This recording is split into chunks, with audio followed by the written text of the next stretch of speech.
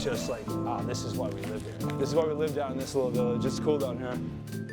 It's the highest form of art form. It's like the highest form of what we do.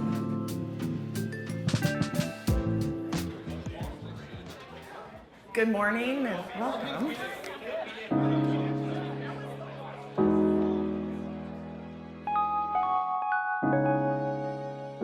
You know, it's really all about the beginning. David, I mean, talk about where your love of food comes from. So if anybody has picky eaters out there, beware, they could become chefs. Doing 35 by, 94 and whatever, you know what I mean? Like it's exact, so I can look here and it's in the exact pacing. This is the most intense thing we do as Cadenza because you're basically curating an operational system that's unique just for this. So there's some muscle memory from when we typically run Boca, but it's not the same. Yes. How did Boca happen? 2001, North Side. Back in those days, it was all bravado, hubris, and very little wisdom, but John Barbarian actually hooked me up with a real estate agent. So I called her up and she said, great, where are you? I said, I'm pulling into work.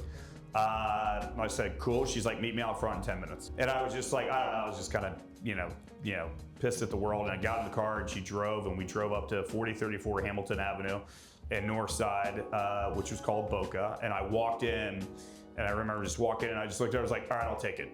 And she's like, well, don't you want to see the rest of it? And I was like, sure, okay. And so I see the kitchen, I'm like, yeah, I'm still gonna take it. I kind of calm down, and I'm like, I'm 25 years old. I don't know shit about how to run a business. Like nobody, and I remember it was like $280,000. And it was like, that was like Mount Everest to me. I'm like, how am I ever gonna raise $280,000? Like, there's no way anybody's gonna, and she's like, well, I got a banker. And now reality's sitting in. I'm like, there is no way they're gonna give this $280,000. Like, it's not gonna happen, right? Like, I was all Colorado, I got this. And she's sitting there and she looks at me and she's like, yeah, we got your numbers. I'm like, yeah. And she's like, yeah, I think we can get this done. And I was like, and I remember I'm a bull, so I could sit there. I was like calm on the outside, but on the inside, I'm like, are you freaking kidding me? I'm not dead serious. I'm like, you're gonna give me 200. I was like, okay, yeah, great, whatever. Yeah, sure, And that was that. Paul, you've talked about meeting Emily at UK and you're in finance, but you love food too. We operate Otto's, Frida, the Standard, Mama's, and our dive bar called Larry's. Myself and our crew, we just bounce all day long between locations, offices, this restaurant, commissary, so. What we hear a lot here at Made It is that it starts with this curiosity, this sort of passion, but then what makes an entrepreneur is instead of I'm just gonna work in someone else's kitchen, it's I'm gonna buy a building in Main Stress and open a sandwich shop. We lived on the top 2 floors. We raised a family above our shop for the first 7 years as a young family and in the Wild West days. Oh, but it worked for us early on, and then from there we started to figure out what really worked, and we saw other buildings and we saw a community that kind of came to life as we started to do things. And much like the hospitality industry in general, it's achievement makes you want more of it. It's you're like, oh, we had a great night. Let's do it again tomorrow night. Let's do it even better tomorrow night. And it was the same sort of situation where it's we're making a change in this community. Let's do it again. Let's try to see if we can improve it a little bit more tomorrow. Oh man, there wasn't really necessarily an inspiration other than, just continuing to look for that next piece of our community that needed to be brought back up. And so this garage, when Emily and I moved to town, it was still operational. And so the guy, Butch, and Marge, his wife, ran this place with a few of their friends. And they were kind of at the end of their career. They were still, changing oil and fixing tires, but Butch is the guy on this wallpaper over here. So we met him, and as this building just sat here, I was like, man, this is so cool. Let's see if we can contact the owners and see if we can get something going here.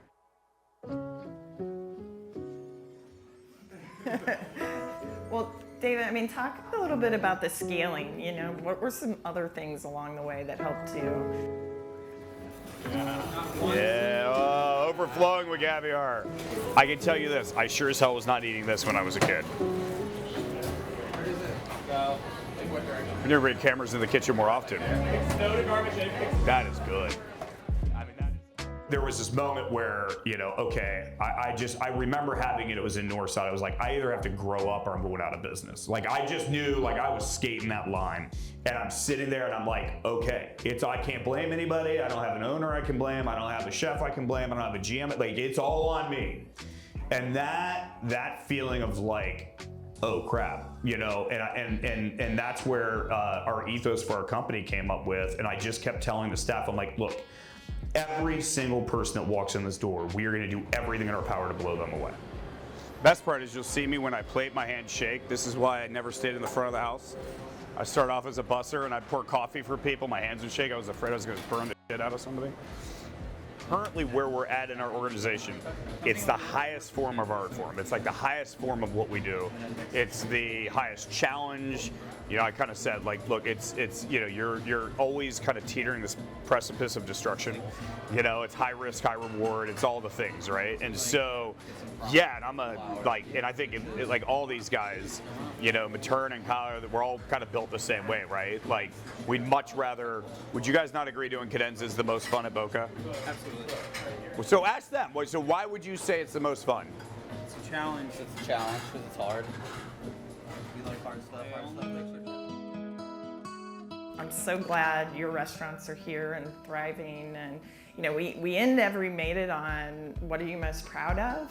What I'm most proud of is that we're still here, right? That Otto's is still open, and that Frida, you know, that all of them are still open, and that we're still in the game. And honestly, I'm still having fun most days. Like, even on the days where it's really challenging, that's probably like, I'm definitely having fun. Otherwise, I wouldn't do it. We're really community developers. Like, I'm a cook, not a chef. I'm an economist. I went to school for business. I can't speak highly enough about this neighborhood and the people and just like the kind of the fabric of the way it was built.